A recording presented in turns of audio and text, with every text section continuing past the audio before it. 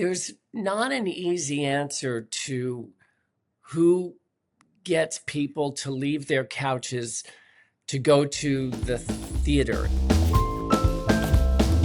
Hi, everybody. Welcome back to The Show Must Go on Sale, the only podcast dedicated to Broadway advertising and marketing. However, today we may touch on some off-Broadway advertising and marketing because our wonderfully esteemed guest, Tom Kirdahy, plays in both playgrounds and has had hits, significant long-running hits in both playgrounds. And I think one of the things we might want to touch on today is the contrast between marketing a Broadway show and an off-Broadway show.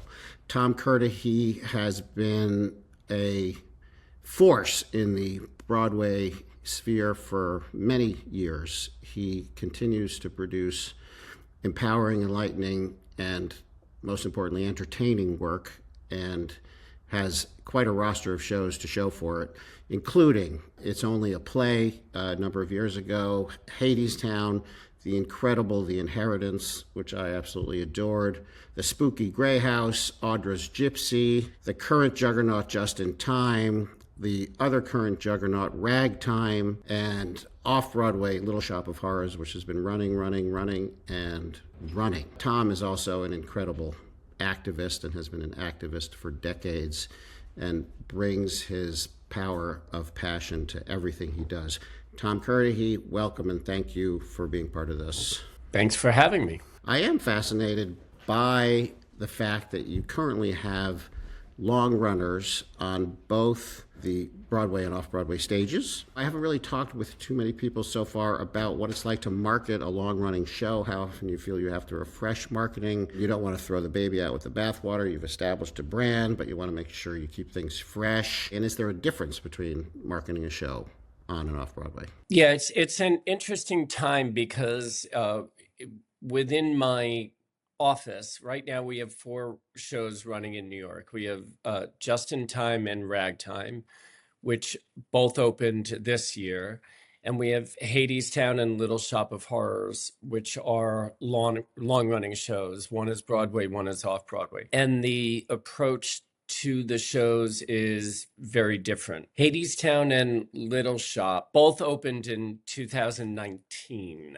So we're really in the 7th year for both of those shows. And the conversations we have around those shows are very different than the ones that opened in the past year. And so much of what we do is on the older shows in particular is cast dependent.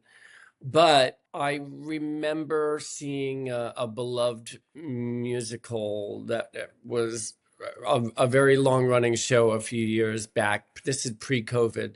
And just going to the show and felt like the show is no longer running, but it felt very musty to me, like everything about it, from when I walked in and saw the front of house to what was going on that stage. And it felt like a show that, frankly, didn't have a lot of love or passion behind it. You mean people weren't paying attention to the upkeep of it? It felt that way to me, to be really honest with you. And that literally, that went from the ad campaign to the way the costumes fit on some of the actors. And I remember thinking, I never want any of my shows to feel like this. And if you go to HADESTOWN or Little Shop of Horrors, you will experience shows that felt like they opened last week. Both shows have spectacular new casts right now, but also we just redid the front of house at HADESTOWN, and our marketing campaign on Little Shop is very sort of fresh and feisty and a little naughty. And I think that the key to the longevity of both shows is making sure the art remains fresh, but also making sure that the campaigns feel both familiar and fresh. You know, there's still wit behind them. And a few years ago, with HADESTOWN in particular, when we had really created what felt like a global brand, we thought we had an opportunity to do a refresh that was about the emotion behind the storytelling, and so we leaned into the love stories, and that I think helped us turn a corner and reach a new audience. With Little Shop of Horrors, again, off-Broadway show, more offbeat, we've more recently leaned into wit and playfulness, and I think those different shows allow us different opportunities. With Ragtime and Just in Time, we're still creating those brands, and so we're leaning into what those look like. You mentioned casting a minute ago when you were talking primarily about Hadestown and Little Shop. How did you, when did the light bulb go off and say, okay, if we're going to continue to run these shows ad infinitum, which looks like it could be at this point, because neither one of those shows opened.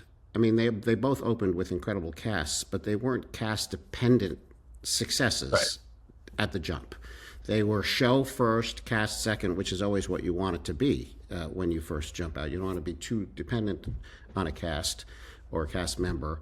But at a certain point, you were like, we can continue to keep this fresh if we find cast members that people are particularly interested in. We can get more press. We can do some marketing.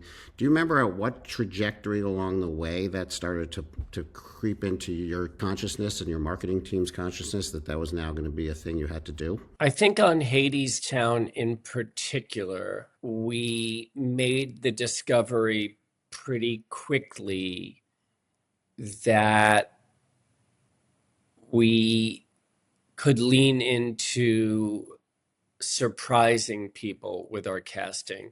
Andre DeShields plays Hermes in Hadestown. He won a Tony Award. He's such an iconic figure that we knew we had to do something really special when he left the show. We had long conversations about who could possibly step into those shoes. And the answer became another Tony winner, Lillias White. And we discovered that we were not bound by gender, and that was really liberating. And that sent a message to both the industry and to audiences more broadly that we are going to be fresh with our thinking. We're going to play.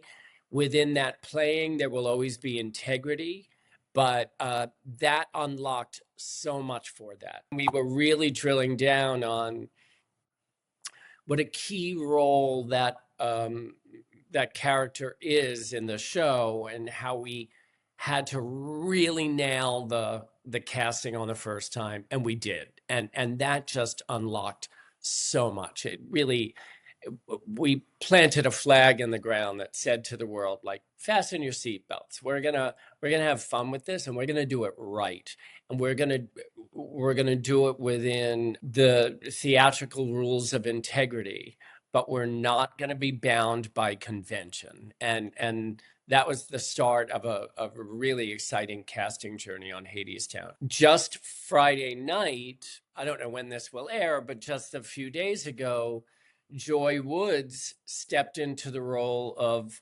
Audrey in Little Shop of Horrors. She was one of the urchins, one of the background singers, as her first job out of college. And now she's playing this lead role, this iconic role. She was the first Black woman to play Audrey in a major production of Little Shop of Horrors. And we have consistently been really playful and intentional in our casting on this show. Our first Audrey was Tammy Blanchard, and she was with Jonathan Groff. They were extraordinary, but we've been able to run for almost 7 years now because we've constantly surprising people. We've gone up in age, we've gone down in age, we've We had Milo Manheim and Elizabeth Gillies in not long ago, and they were younger than Nicholas Christopher and Sherry Renee Scott in the roles of Seymour and Audrey. So we've really played with age and generations, and we've had a great time doing it. You mentioned, interestingly, a minute ago, as your first examples, Lilias White and Joy Woods, theater royalty, but not names you would necessarily put at the top of your list for like box office huge ticket sellers. As brilliantly talented as so many people are, when do you have to make the really examine the balance of box office versus quality of the show? Obviously, you've figured out a way to straddle the line to get people that do both, but do you do things like check out someone's social media following as part of the hiring process and part of the marketing calculus? Does it get that granular in terms of how to figure out where to cast in terms of these long-running shows and keeping them top of mind for the theater goer? So, as you know, I was married to the playwright Terrence McNally. I believe he would come back and murder me if the first question I didn't ask was, are they qualified for the job? Can they sing the part? Are they good actors? I literally, he would find a way back. Yeah, he would. Having said that, it's art and commerce, right? And so do I look at the number of followers? It's never the first thing I do, but if something is on the margins, and there have been times in the runs of both HADESTOWN and Little Shop where, it felt like, oh gosh, we're running out of steam. We really do need someone or a group of people who can just give us the boost that we need to get our titles back in the conversation. And so, yeah, I would be dishonest if I didn't say, oh, I look on there to see how many Instagram followers they have and and more importantly, what level of engagement they have. It doesn't always tell you, someone with 2 million followers still may not move the needle. It's there's not an easy answer to who gets people to leave their couches to go to the theater. There's no question that I look at the number of followers, and I'm curious about the reach that some people have. But we do start with, can they act the role? The Terrence Golden Rule. Yeah, he scares the hell out of me to this day. It's also the Tom Kirdahy Golden Rule. Let's be clear. No, and I'm so grateful for that, because it is quality control. My name is on this thing. At any given moment, I want to be able to say someone across the globe, you should check out Little Shop, or you should check out HADESTOWN, or Just in Time, or Ragtime. I want to be proud of it. Yeah, and also there's people just waiting at their computers to castigate someone for casting someone they think is just a money grab. So I have said no to people that have been really pushed on us, and we've just said no. I can't, just not quite right. Not quite. And I'm fortunate in.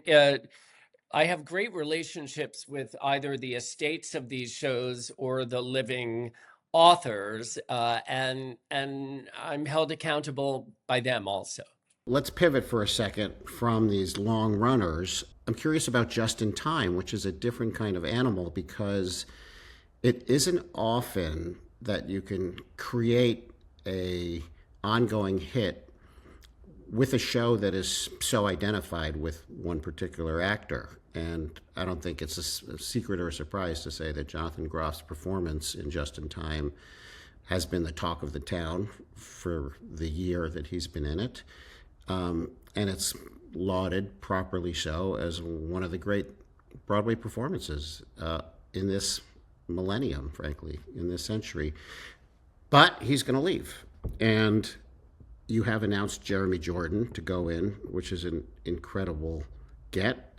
He's an incredible performer. But Jonathan hasn't left yet. He's got another couple of months.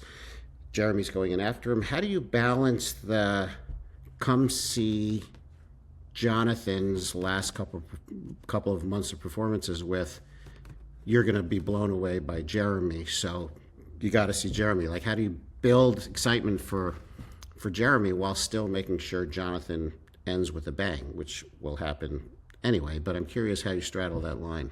It's a great question. I think that for me, what has worked historically is that I am honoring two great artists. So if I tell the story of their particular gifts, one does not exist mutually exclusive of the other. And Tommy, you know that I am a recovering lawyer. I was a litigator for almost 20 years. And when you litigate a case in court, you separate out your arguments and you're saying, Jonathan Groff is giving one of the greatest performances on a Broadway stage you will ever see. Next argument, Jeremy Jordan is about to give one of the greatest performances you will ever see. And the connective tissue is that Bobby Darin was one of the greatest live performers in history. That's why we're telling his story, and that's why we have been so rigorous in our process, that these two men at this moment in time can be playing this role. But the rigor that goes into this selection will be about telling the story properly. And that means that if you come to Circle in the Square, you will experience greatness.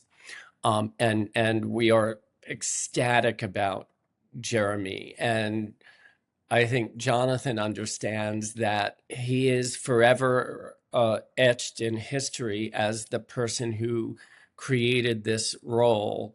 And he believes passionately that Jeremy will bring his own story to the role and is a worthy successor. And if you remember the show, the opening monologue is a bit autobiographical. For Jonathan, it's, I discovered the records of Bobby Darin while twirling in my mother's pumps. Jeremy's story will be different and it will be tailored to him. But, what I would say is if you loved Jonathan, you're going to love Jeremy. And the show is so fresh and so alive. And because it's so, the thesis is the power of live performance, it's never going to be stale. It's never going to be the same show in 2 nights. So I'd say double down and buy tickets to both. That would that would be an incredible coincidence if Jeremy also discovered the Bobby Darin records twirling in his mother's pump. It would be. But you never know. You had experience with Hades and Little Shop, kind of making the mathematical equation of when do you make Jonathan a little smaller and Jeremy a little bigger? When do you when do you start to shift from current to coming? I mean, obviously, there's going to be a certain point where Jonathan's last whatever will go clean, and then you can be like, okay, I'm moving totally on to Jeremy. But is that like as literal as a mathematical equation where you're like, okay, we're 2 months out, we're 6 weeks out, time to give Jeremy the lion's share of our marketing muscle? My guiding principle, and this is not data, this is not necessarily data-based. This sounds so corny, but I kind of have a moral compass with this. And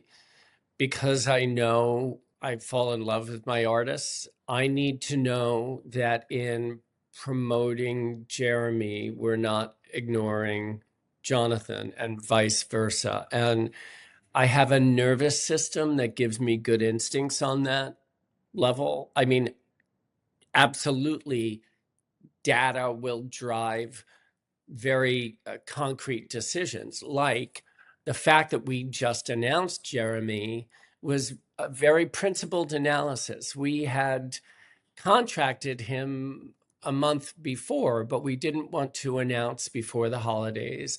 We wanted to make sure that there was enough time for people to purchase tickets, plan their lives around seeing him, but also for all those fans of Jonathan, they'll still have time to see him. And I have two incredible artists that I care a lot about that need to be, their contributions to the production need to be honored. So there's a sort of personal moral obligation to them that's usually pretty consistent with practical realities. You know, and I want to work with these people for the rest of their lives. It's not only about their egos, but it's also setting them up for success. Let's back up from the micro back to the macro. I think I know the answer to this question. I can just tell by how you talk about these marketing challenges. But you as a producer wear many, many hats. You have to find a building. You have to cast a show. You have to fall in love with the show and raise the money. And then the marketing, and then the butts in the seats. Out of all those things, where does marketing fall on your enjoyment level? Look, the art is my favorite process. Like I love standing in the back of a packed house in particular. And I love when the audience, I always love when the audience breathes as one. I love it. I feel like if the audience leaves the inheritance feeling healed, or if the audience leaves just in time feeling a little more alive, I take such enormous satisfaction in that. If people leave HADESTOWN thinking like, I can't wait to listen to that music, or Ragtime thinking, I can't wait to go to a rally, or just have a conversation with my family about what it means to live in a democratic society. That's the thing that I love most. But the wonk in me loves advertising and marketing. And I love working with people who are better at it than I am. And that's why I've done so many shows with SpotCo, because you guys are so great at it. And you stretch my thinking and the thinking of my team. And that's enormously satisfying.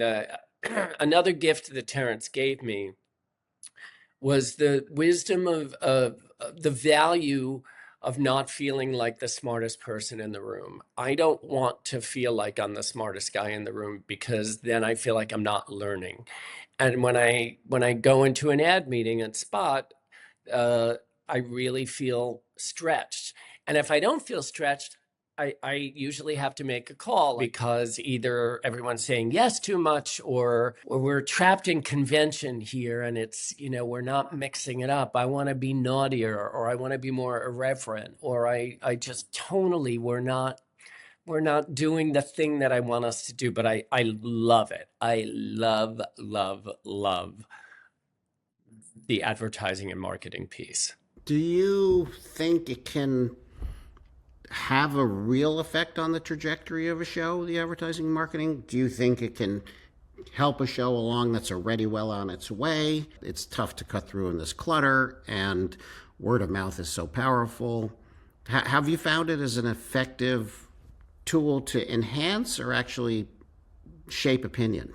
I don't think it can save a turkey, Yeah, I do. I think if a show isn't good, I'm not sure the most brilliant campaign can save it, unless you have a star and it's only 12 weeks, And then sometimes shows are great, but they're not what the public wants.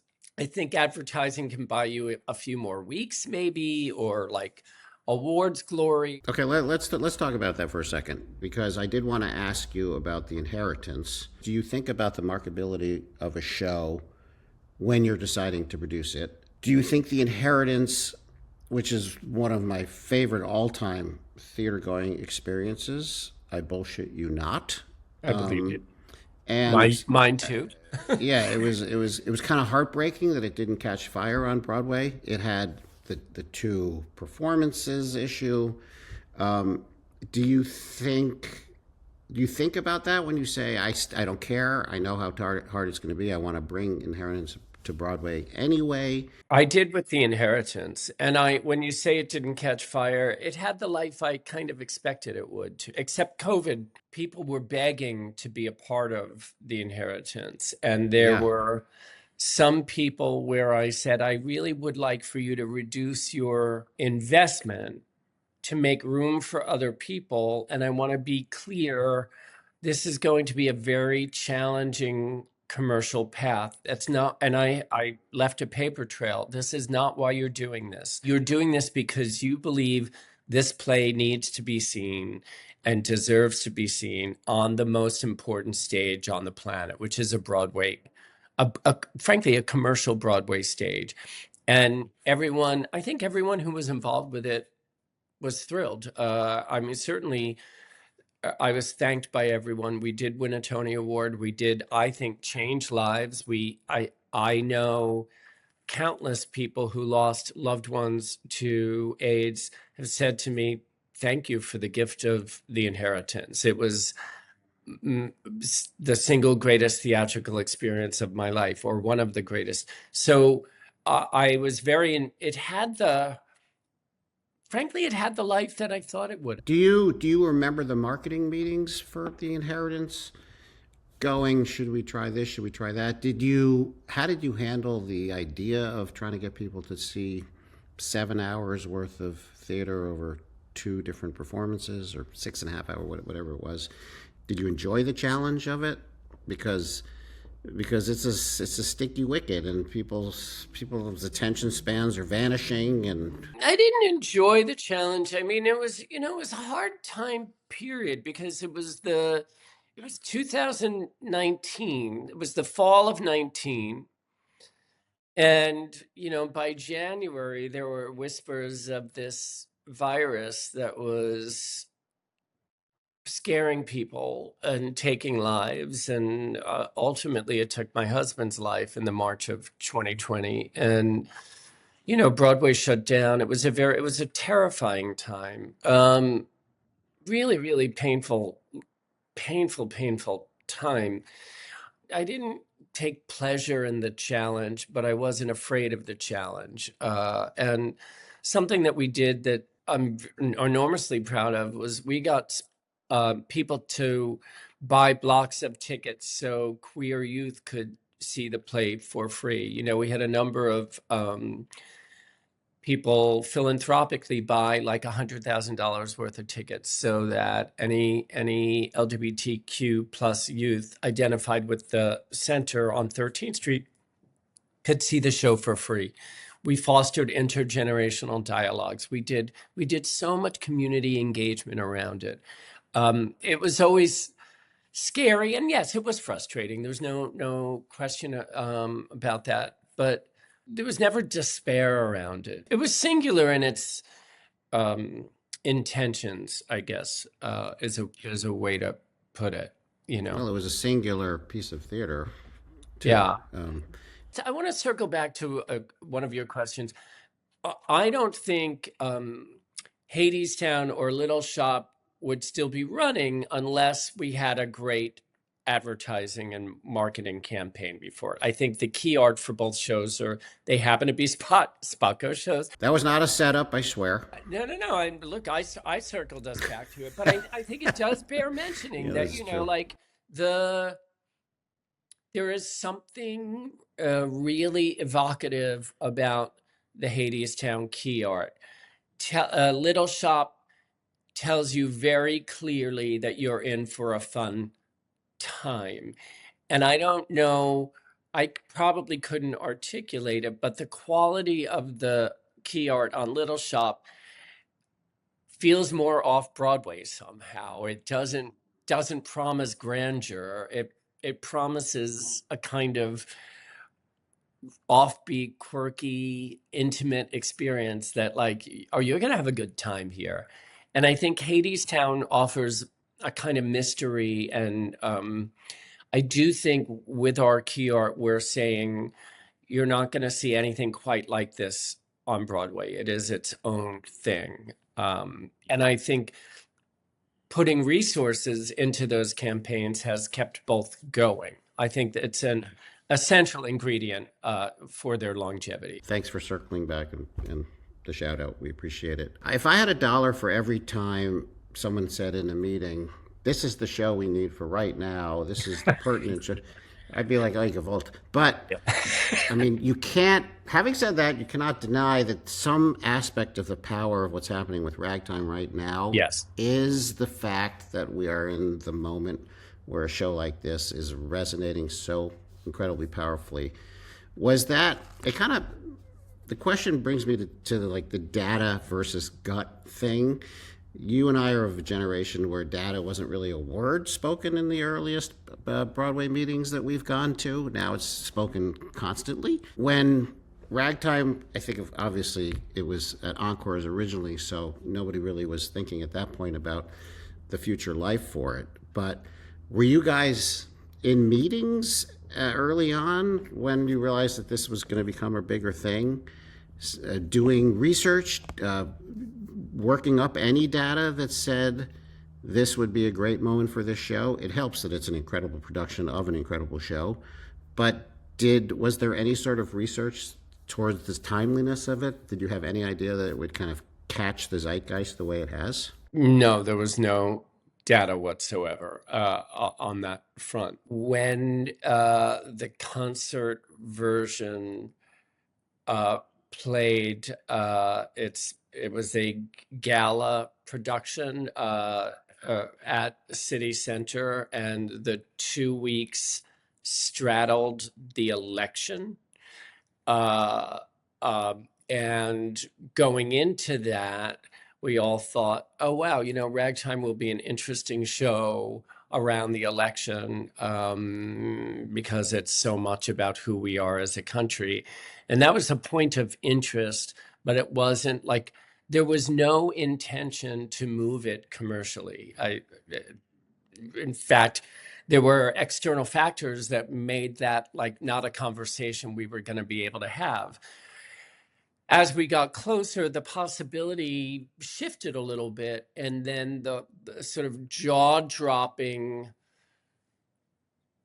difference between the experience of watching Ragtime the week before the election and the week after the election exposed or revealed just how profoundly of the moment Ragtime was. And that was galvanizing. So it wasn't like, oh my God, Donald Trump got elected on a Tuesday, and by Thursday we were sold out. The show was a hit already, but the experience inside the theater was profoundly different, like nothing I've ever experienced before. And certainly I've been to the same show on either side of an election or a world event. And sure, there's a line or two that gets a response that like, oh, but this was unlike anything I'd ever experienced. Even before the election, it was so, frankly, the cast was so great and it was resonating so deeply with audiences. We thought, let's start thinking about how we make this happen. Terrence always dreamed Ragtime would be performed on the stage of the Beaumont. Lear was going to Lincoln, or Lear, who did a brilliant job directing the concert version, had a vision for what it could look like. For those who don't know, the Beaumont is the main stage at Lincoln Center. Right. Thank you. So there was, in that, I have become a data guy, but in this instance, it was very clear. There's a lyric, a strange insistent music, and there was an insistence that there be a future life for Ragtime. And you and I were both involved with the revival X number of years ago. At that time, Obama was in the White House, and we all kind of felt we knew what America was, and we had realized our dream. And I think, frankly, there wasn't a sense of urgency about ragtime. Now, every news story is about who are we as a country. So it's really reaching people in such a profound way. And yes, my other shows, I always say, like, Just in Time is like a wallop of joy. And I think it's such a good time to be offering people joy. But I think in 10 years, it'll be also a good time to offer people a wallop of joy. I remember the ragtime from 2009. Obama had just taken office, and we made a commercial, like a really good commercial about Yeah. that had excerpts of speeches from all these statespeople saying, patriotic things about the country. And we kind of maybe talked ourselves into going, it's the perfect time for ragtime because we've reached this moment. It turned out that people, the urgency of trauma may be a little bit more compelling than the urgency of arrival. I think that's true. Also, I think, we felt like, we did it. Yeah. We're good. Yeah, we did. We did it. Yeah. And Yeah. I do think the urgency of trauma, and I think the catharsis of collectivity, I think the kind of, and I think what's so beautiful about this production, I think Lear has done a great job directing it, is it's very poetic. It's very lyrical. It's not overstuffed. We haven't literalized the physical production. And so it's about the bodies, the voices, the performances, the words, and the notes, the music, and it, wherever you are on the political spectrum, you can still leave feeling emotionally connected to these characters, which I think unlocks the bigger questions about who are we as a country and how are we treating our fellow citizens. We've talked a lot about your shows, so I don't think we need to ask like what your favorite campaign is of your favorite show. They're all your babies. Is there a campaign out there for a show you did not do that when you saw it you were like, wow, they really nailed it? I think everybody answers this the same way, but the Oh Mary campaign is so great. It's just so funny. I love the funny. I just love it. I really, really, it's so funny. Well, if you want people to think your show is going to be funny, your advertising has to be funny when they really do pull it off. I will say, I really think Oedipus, Oh my gosh. The tagline. the tagline is pretty great, Unbelievable. It gives Yeah. me tagline envy. When I see a show and I get jealous, it's the best kind of jealousy. It's like, man, that's so good. Okay, my last question for you is the question I've been asking you for 20 years. When are you going to revive the Full Monty, which is in my top 5 and got, I don't want to swear because I've never sworn, but got effed over by the producers and is waiting for its moment to return to the sun? Give me something. So I turned my phone off so as not to be interrupted during this interview. But tomorrow morning at 10 a.m., I have a Full Monty call. You're kidding. I'm kid you not. I have Did you set that up just so you could tell me that on this call? Because I have been badgering you forever. I was waiting for the Full Monty question, but I literally have like a major call at 10 a.m. tomorrow about the Full Monty. Okay, well, maybe by the time this airs, you'll have more than a phone call. But I will continue to wait semi-patiently for that moment, because for those who know, for those who don't know, the Full Monty is an absolute gem of a show. It is. So, I can't wait. I'm really excited for it. Yeah. Good. It's Tom not going to Kirdahy. be theoretical for, we're. Oh, good. Good. Do it right. Don't do it fast. Thank you so much, Tom. It's so great to hear your passion live and in color for all the incredible work you do. Keep doing it. Broadway needs you.